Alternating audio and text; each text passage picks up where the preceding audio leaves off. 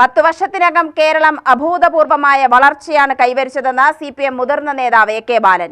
കേന്ദ്രം ഞെരുക്കിയിട്ടും കേരളം വികസിച്ചു. എല്ലാ മേഖലയെയും പരിഗണിച്ചുകൊണ്ടാണ് പിണറായി സർക്കാർ മുന്നോട്ട് പോയതെന്നും ഇടതുമുന്നണി പാലക്കാട് മണ്ഡലം തിരഞ്ഞെടുപ്പ് കൺവെൻഷൻ ഉദ്ഘാടനം ചെയ്ത ബാലൻ പറഞ്ഞു. ലോകം അംഗീകരിക്കുന്ന വികസന നയമാണ് പിണറായി സർക്കാർ കാഴ്ചവെച്ചത്. 10 വർഷം മുമ്പും 5 വർഷം മുൻപും ജനങ്ങൾക്ക് നൽകിയ വാഗ്ദാനം പാലിച്ചു.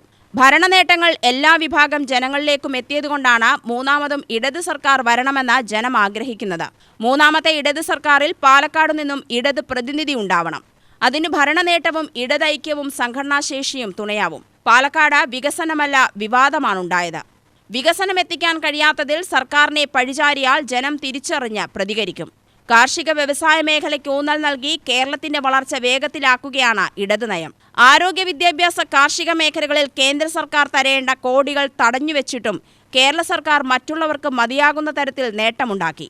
പാലക്കാട് ഒരിക്കലും കിട്ടാത്ത ഇടമല്ലെന്നും ബാലൻ പറഞ്ഞു.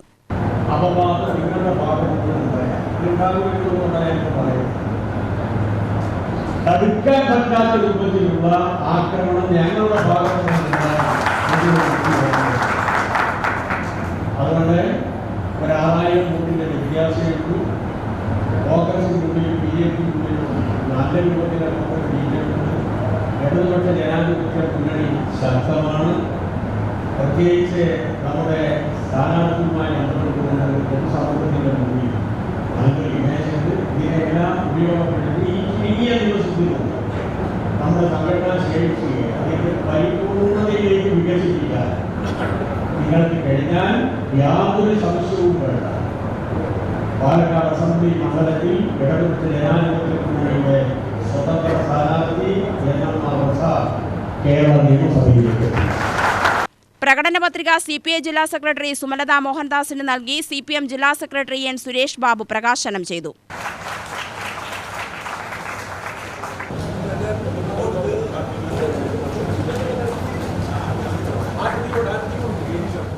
സ്ഥാനാർത്ഥി NMR റസാഖ്, CPM ജില്ലാ കമ്മിറ്റി അംഗങ്ങളായ K Binumol, CP Pramod, TK Noushad, doctor Sarin, ഘടകകക്ഷി നേതാക്കളായ കുശലകുമാർ, കബീർ വെണ്ണക്കര, ഓട്ടൂർ ഉണ്ണികൃഷ്ണൻ, KR ഗോപിനാഥ് എന്നിവർ സംസാരിച്ചു. UTV news, Palakkad.